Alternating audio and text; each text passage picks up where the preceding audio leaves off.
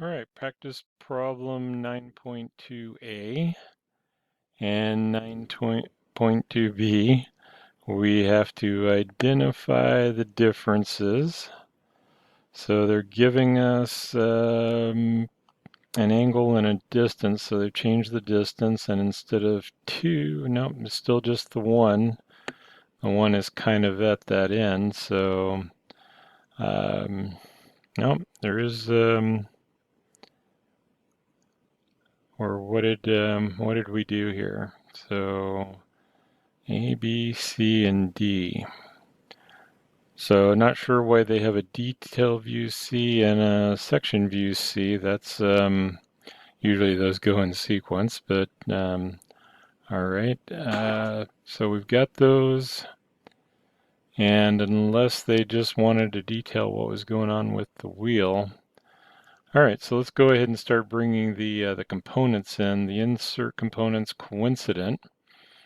So chances are, without a coordinate system to start from, insert base bracket at the origin. So that's giving us our start point. And we need to find it first. And then let's go ahead and get to 9.2. So the base bracket is our starter piece. So let's go ahead and we'll fly those back out. All right. So new assembly, inch, pounds, and seconds is fine.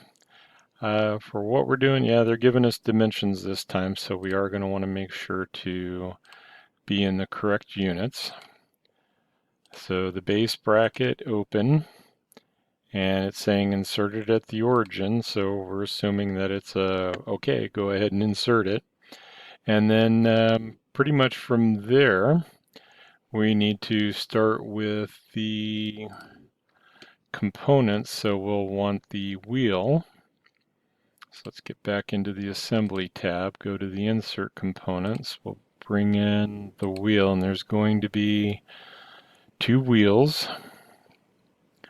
So we'll get that kind of close.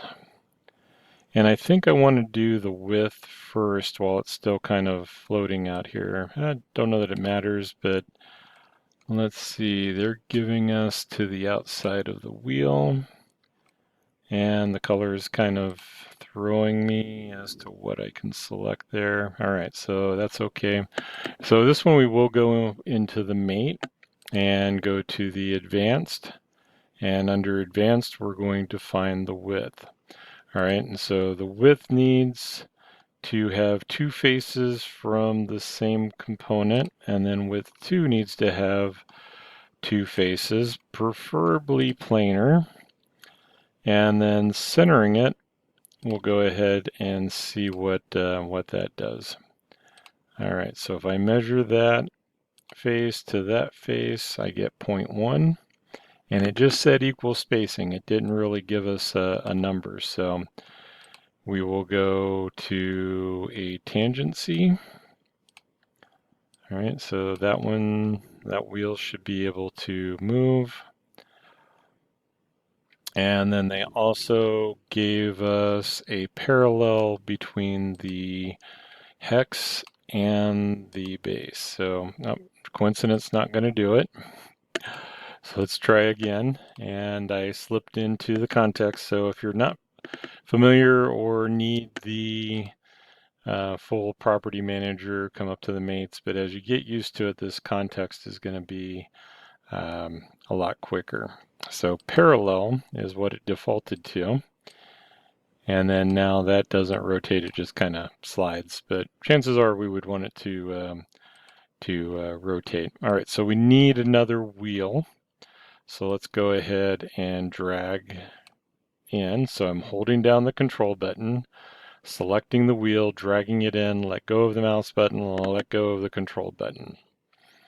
And for this one, rather than doing the tangencies, and since we're probably under a time constraint if you are preparing for the CSWA, let's go coincident. and we'll look for that planar and make those coincident. All right, so they do the same thing. It just goes in a little bit quicker. So everything's kind of happening at that end. I am still a little bit confused about the two hooks, but it only showing the one. So I don't know if I can zoom up on that a little bit and get a little better view. So it's showing, looks like it's showing another one over there, but in the isometric view it is only showing one.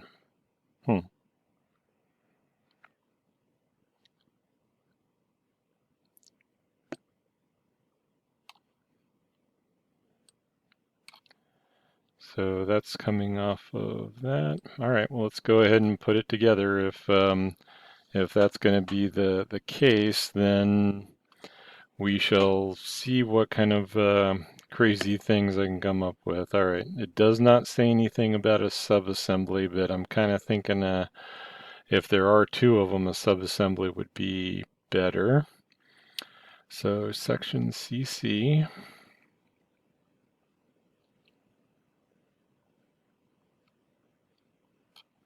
Yeah, there's that's a little confusing. So let's go ahead and insert components. We'll bring in the cart and get that in position.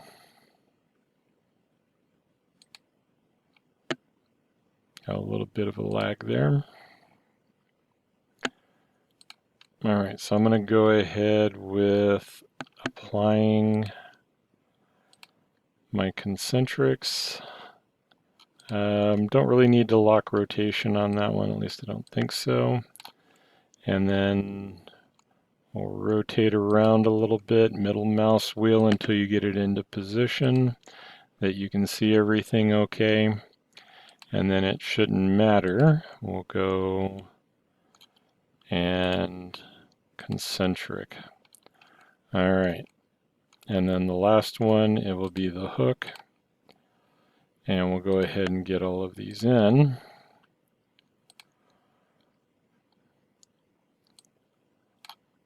So select, control select, concentric. And then we're going to go coincident to the face. So control select, coincident. And then this is where we're going to get into the angle. So well, let's go ahead and add the 2.5 inches from the end. So going into the distance, we can go right into the 2.5, and it has the flip dimension and the flip alignment, which we don't need to do either there. And then in the hook, we're going to be looking for something like the front plane or the top or the right plane. I think the right plane makes a little more sense, that we would be looking to make the right plane and of the part and the front plane of the assembly, making those parallel. Now they're showing the hook going the other way, which probably doesn't make too much of a difference in the center of mass, but it in theory should make some. And we'll see what we get, because that takes care of this first one. But I am seeing over here in section D they added this 18 degree off of that one. So let's just get a number for R. I guess I should zoom out a little bit, and we'll see how close we got with just that one. All right, so center of mass 20.15, they have 21, 1.39. So yeah, there's something going on there. I'm gonna take a quick look at 9.2 and see if it's doing the same thing. So no, it has the 58 degrees, but it's pretty well centered. So I'm still a little confused on this one. So if you're confused too, then we're in good company. All right, so let's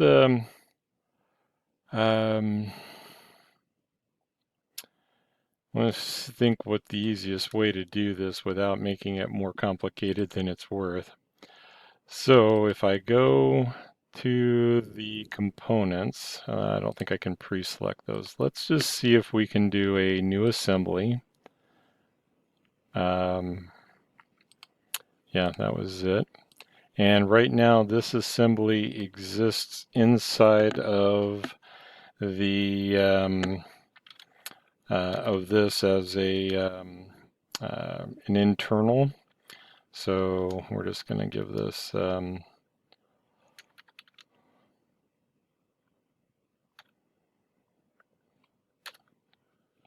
right, so if I drag these into there, it picked up the mates, and now I should be able to control select that and get all those in. All right, so because of the confusion, I'm going to make this optional that especially since they really didn't even give us a distance on that one, just the angle, unless it's flush. Yeah, D and detail A.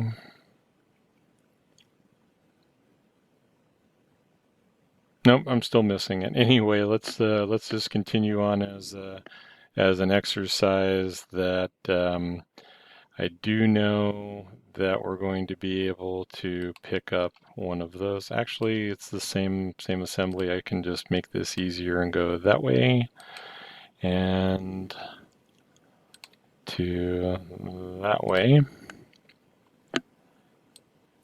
And if the assumption is that it is coincident with the end without having any more information, the reason that I left the hook out is so that I can drag it in that way.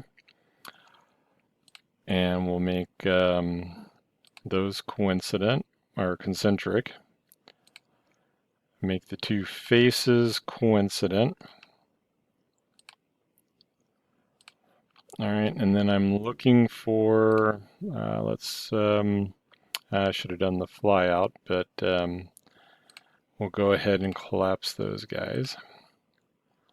So the right plane and the front plane, we can go into a distance and set that to 18 degrees. Now, did it go the right way? It's probably off of the other angle. So let's go ahead and set that because I don't think, well, let's look at it from the bottom view and compare it. Whoop, didn't want to do that.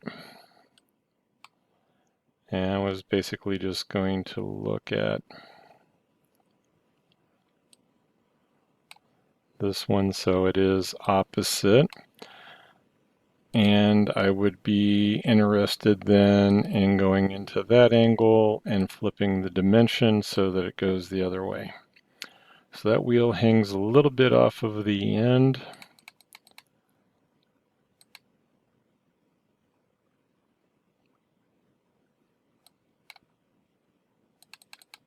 Yeah.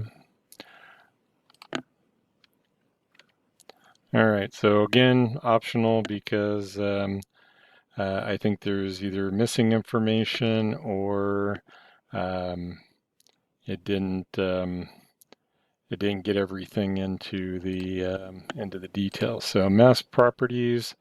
Now I'm up to 24 and 140. So the 1 inch 400 is about closer, but the 1 inch 140 is further off. All right. So as far as a process, yeah, it's a little interesting. I would have saved introducing the make a quick sub-assembly to a little bit later, but you're going to encounter these tools at some point. So let's go ahead and suppress. All right, so that treats it as if it doesn't exist. We'll go on to 9.2b, and that dimension, the distance, goes from 2.5. So very quickly I can double click without going back in. 2.5, and then we switch it to 19.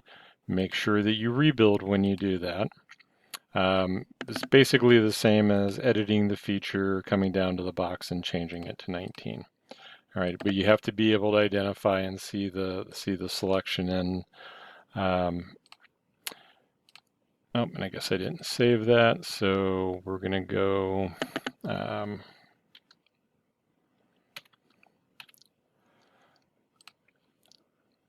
And because now there are the subassemblies are internal, I'm just going to let it save with the parts. We can externalize those parts, but I don't think that's 100% necessary at this point. All right, so 23.64, pretty close, 5.4, and 1.43, not too far, and 1.01. So I still can't really tell you what the, oh, well, I mean, it might have, but let's go ahead and see. This one had a 58 degree on the angle. So we need to identify, and going down through here, it's going to be a little bit harder than finding the hook and going into the mates for the hook and finding the parallel.